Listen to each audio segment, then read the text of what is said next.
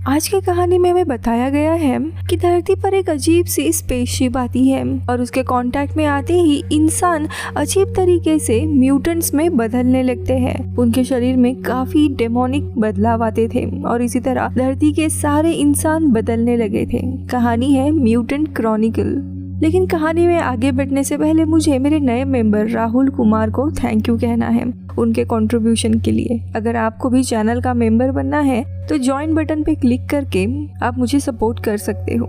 कहानी की शुरुआत में हमें बताया जाता है हजारों साल पहले अंतरिक्ष से एक एलियन मशीन पृथ्वी पर आई थी जिसने यहाँ पे आके एक वायरस रिलीज किया जिसके चलते इंसान खतरनाक म्यूटेंट्स में बदलने लगे, जिसके कारण जो बचे हुए इंसान थे उन्हें पृथ्वी को छोड़ के किसी दूसरे ग्रह पर जाना पड़ा था। लेकिन अर्थ पर नागधन नाम का एक योद्धा अभी भी बचा हुआ था। उसने बाकी बचे हुए इंसानों की मदद से एक आर्मी बनाई, जिसके बाद नागधन की आर्मी ने सभी म्यूटेंट से लड़ाई की और किसी तरह उन लोगों ने उस एलियन मशीन को पृथ्वी के अंदर दफना दिया था और भविष्य में ये मशीन किसी के हाथ ना लगे इसीलिए नागधन ने नेबरहुड नाम का एक ग्रुप बनाया था। अब कहानी आती है प्रेजेंट में यानी 2707 में। लेकिन पूरे अर्थ पर 4 बड़े बड़े ऑर्गेनाइजेशन का राज था। इनमें से कैपिटल और बाउवास बहुत ही ताकतवर थे, लेकिन धीरे धीरे पृथ्वी के रिसोर्सेज खत्म होने लगे थे और बचे हुए रिसोर्सेज के लिए कैपिटल और बाउवास की आर्मी एक दूसरे के साथ लड़ते थे।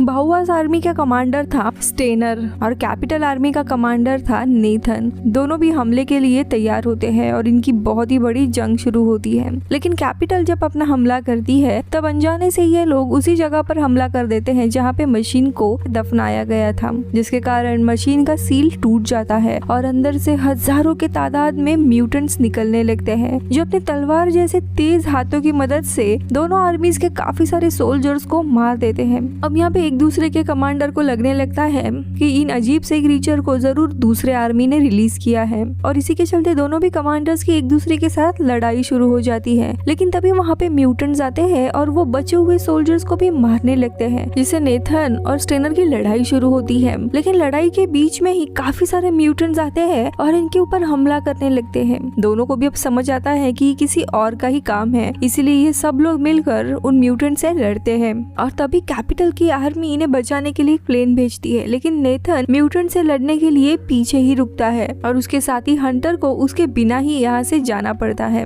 अब मशीन खुलने के कारण ये म्यूटेंट्स काफी तादाद में फैलने लगते हैं और इसकी खबर नेबरहुड ग्रुप को भी मिलती है, जिसके बाद हम देखते हैं कि ग्रुप का जो लीडर होता है सैमुअल, वो सेवरिन नाम के एक नन के साथ एक सीक्रेट कमरे में जाता है जहाँ पे नागधन द्वारा लिखी गई द क्रॉनिकल ऑफ म्यूटेंट नाम की एक किताब रखी होती है, जिसमें नागधन ने मशीन को कैसे तबाह कर सकते हैं इसके बारे में काफी जानकारी लिखी थी। किताब में ये भी लिखा था म्यूटेंट्स घायल और जिंदा लोगों को ही मशीन में लेकर जाते हैं ताकि उन्हें वो म्यूटेंट्स में बदल सके और इन म्यूटेंट्स को दुनिया की कोई भी आर्मी हरा नहीं सकती। इसके बाद सैमुअल अब 4 कॉर्पोरेशन के हेड से मिलता है, जहाँ पे कैपिटल का हेड कॉन्स्टेंटाइन इंसानों को बचाने के लिए कुछ लोगों को मार्स पे भेजने का मिशन शुरू करता है, पर सैमुअल कहता है कि हम सबको नहीं भेज सकते और म्यूटेंट भविष्य में दूसरे ग्रहों पर भी हमला कर सकते हैं, इसलिए हमें इन्हें यहीं पर रोकना होगा और वो इन सब से कुछ सेना मांगता है ताकि वो म्यूटेंट से लड़ सके। काफी आर्ग्यूमेंट के बाद सैमुअल को कुछ लोग दिए जाते हैं। कॉन्स्टेंटाइन फिर सैमुअल से मिलकर कहता है जो भी लोग इस लड़ाई में लड़ेंगे उसके परिवार को सुरक्षित रखने के लिए मार्स पे भेजा जाएगा, जो सुन सैमुअल को भी ठीक लगता है। लेकिन उसके जाते ही वहाँ पे म्यूटेंट्स घुस आते हैं और वो कॉन्स्टेंटाइन को मार देते हैं। वही दूसरी जगह हम देखते हैं लड़ते ही लड़ते नेथन की मौत हो गई थी और इसीलिए हंटर उसके घर आके उसके पत्नी को उसकी मौत के बारे में बताता है, जो सुनकर उसकी पत्नी बहुत ज्यादा रोने लगती है। नेथन ने हंटर और उसके जैसे बाकी सोल्जर्स की जान बचाने के लिए अपनी जान दी थी,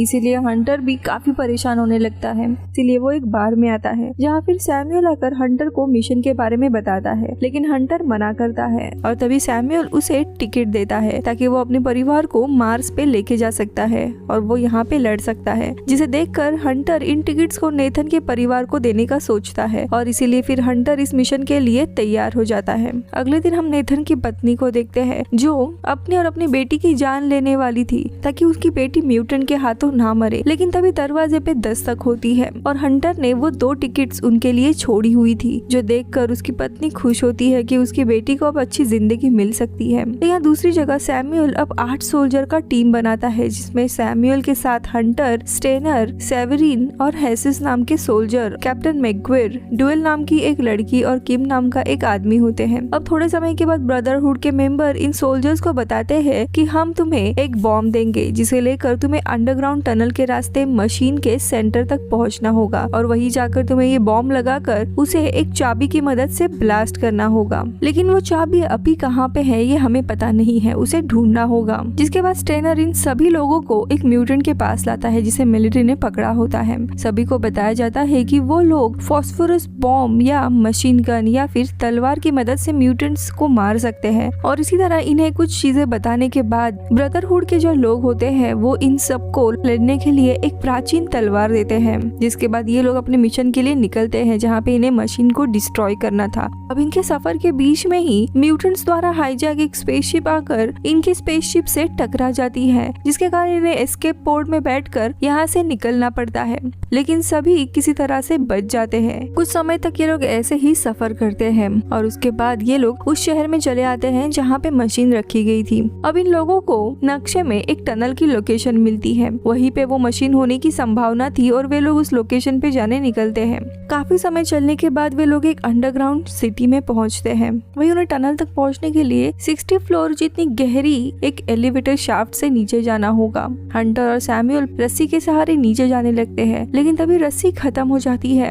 और बीच में ही ये लोग लटकने लगते हैं और इसीलिए सैमुअल वापस से बुक से रास्ता देखने लगता है, लेकिन तभी वो नीचे गिर जाता है। लेकिन जमीन उन्हीं के ठीक नीचे रहती है, इसीलिए वो बच जाता है। लेकिन वहाँ पे म्यूटेंट्स भी होते हैं और तभी हंटर भी नीचे कूद जाता है और वो म्यूटेंट्स पे हमला करने लगता है। इधर स्टेनर म्यूटेंट की आवाज सुनकर नीचे एक ग्रेनेड फेंकता है, लेकिन सेवेरिन ग्रेनेड को पकड़कर उसे नीचे के फ्लोर में फेंकती है ताकि धमाके से हंटर और सैमुअल बच जाए। वही अब सिर्फ किम ही ऊपर रहता है, लेकिन तभी वहाँ पे भी म्यूटेंट्स आ जाते हैं जिनसे बचने के लिए किम बाकी लोगों के साथ एलिवेटर में घुस जाता है। लेकिन वो एलिवेटर सीधा नीचे गिरने लगता है और नीचे जाकर एक धमाका होता है, लेकिन तब तक किम को छोड़कर बाकी सभी लोग वहाँ से निकल चुके होते हैं और तभी किम एक ग्रेनेड को ब्लास्ट करता है जिसके धमाके में किम के साथ साथ सभी म्यूटेंट्स मारे जाते हैं। किम की मौत के कारण उसके साथी काफी दुखी होते हैं। अभी लोग रास्ता भटक गए थे, इसलिए सैमुअल वापस से किताब पढ़ने लगता है, लेकिन वही इस किताब के मदद से हंटर को एक रास्ता मिलता है और वही टनल होती है जिसे ये लोग ढूंढ रहे थे।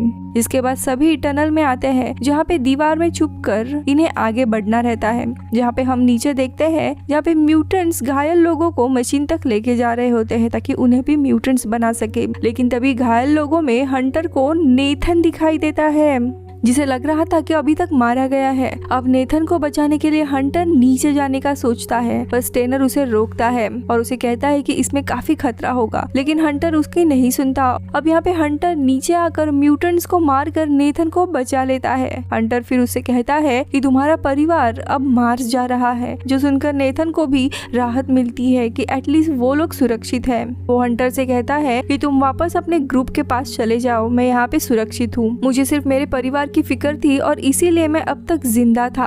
यहाँ पे नेथन की हालत भी काफी खराब होती है और इसीलिए नेथन को राहत देने के लिए हंटर उसे गोली मार देता है। वही दूसरी तरफ स्टेनर म्यूटेंट के बीच में गिर जाता है और क्योंकि बॉम्ब उसके पास था इसीलिए बाकी लोग उसे बचाने नीचे आते हैं और म्यूटेंट से लड़ने लगते हैं, पर म्यूटेंट्स इन्हें पकड़ लेते हैं और इसी बीच में बेचारे सैमुअल की भी मौत हो जाती है। जिसके बाद म्यूटेंट सेवेरिन को छोड़कर बाकियों को मशीन के पास लेकर जाने लगते हैं। इधर फिर हंटर वहां आता है जहाँ पे सेवेरिन उसे मिलती है, जो हंटर को सारी बात बताती है। हंटर सेवेरिन को किताब के फटे पन्ने देकर उसे कहता है इसे पढ़कर मुझे बताओ कि आगे मुझे कहाँ जाना है, लेकिन सेवेरिन किताब को पढ़ नहीं पाती। इधर ये दोनों फिर टनल के सेंटर की तरफ चलने लगते हैं कि तभी इन्हें एक जगह कहीं म्यूटेंट्स दिखाई देते हैं जहाँ पर ये लोग एक धमाका करके उन सभी म्यूटेंट्स को मार देते हैं। जिसके बाद हंटर जाकर सेवेरिन और वेलेरी को बचाता है। वही हमें दिखाया जाता है कि म्यूटेंट्स लोगों को घूमती हुई बेल्ट पर फेंकते हैं और जैसे ही बेल्ट मशीन का एक चक्कर लगाती है तो लोग म्यूटेंट्स में बदल जाते हैं। इधर सेवरियन और वेलेरी खुद को एक साथ रस्सी से बांधकर मशीन के हार्ट में उतरने लगते हैं। हंटर और स्टेनर ऊपर से रस्सी को पकड़े होते हैं। बाकी लोग निकलने की तैयारी कर रहे होते हैं, लेकिन उन्हें समझ आता है कि धमाके के कारण सारे टनल बंद हो गए हैं। पर म्यूटेंट फिर अंदर आने लगते हैं, जो देखकर स्टेनर इनसे लड़ने लगता है और एक ग्रेनेड से इन्हें मार देता है, जिसमें वो खुद भी मारा जाता है। लेकिन धमाके के कारण हंटर नीचे उस बेल्ट पर ही गिर जाता है और तभी अंदर से अपने आप रस्सियां निकलकर हंटर को पकड़ लेती है। इधर हंटर को रेडिएशन का सामना करना पड़ता है और उसके शरीर में काफी सारे चिप्स भी डाले जाते हैं, लेकिन हंटर किसी तरह खुद को छुड़ाकर वहां से भाग जाता है। इधर सेवरिन और डुएल मशीन के हार्ट तक पहुंच जाते हैं और तभी वहां पे हंटर आता है, जो कि आधा इंसान और आधा म्यूटेंट बन चुका होता है, पर उसका अभी भी अपने शरीर पे कंट्रोल था। हंटर मशीन पर बॉम्ब लगाता है पर उसके पास चाबी नहीं होती, लेकिन तभी वहाँ पे म्यूटेटेड सैमुअल आकर हंटर और सेवरिन पर हमला करता है। वही दूसरी तरफ एक म्यूटेंट से लड़ते हुए डेविल नीचे गिरकर मारी जाती है। तो यहाँ पे सेवरिन सैमुअल से ना लड़ने का फैसला करती है, जिसके बाद सैमुअल उसे मार देता है, जिसके कारण सेवरिन का तलवार नीचे गिर जाता है। चारों तरफ लड़ाई चल रही थी, लेकिन इसी बीच में हंटर की नजर उस तलवार पे जाती है और उसे समझ आता है कि ये कोई तलवार नहीं बल्कि ये वही चाबी है जिसकी इन्हें तलाश थी। और फिर हंटर तलवार को सैमुअल के शरीर के आर पार करके बॉम्ब को चालू कर देता है और तभी मशीन एक स्पेसशिप में बदल जाती है और टेक ऑफ करने वाली होती है, यानी कि वो अब धरती से चली जा रही थी। इसके कारण जितने भी लोग म्यूटेंट बन गए थे वो वापस से इंसान बनने लगते हैं, जहाँ पे सैमुअल भी वापस से इंसान बनता है और वो हंटर से कहता है कि मुझे माफ कर दो, मुझे तुम पे भरोसा करना चाहिए था, और अगले ही पल वो मारा जाता है। इस पूरे लोगों में सिर्फ हंटर ही बचा था, वो भी नीचे कूदकर पानी में गिरता है और बच जाता है और मशीन के जाते ही म्यूटेंट्स भी इंसान बनने लगते हैं, यानी हंटर वापस से इंसान बन जाता है और इसी के साथ ये मूवी खत्म हो जाती है।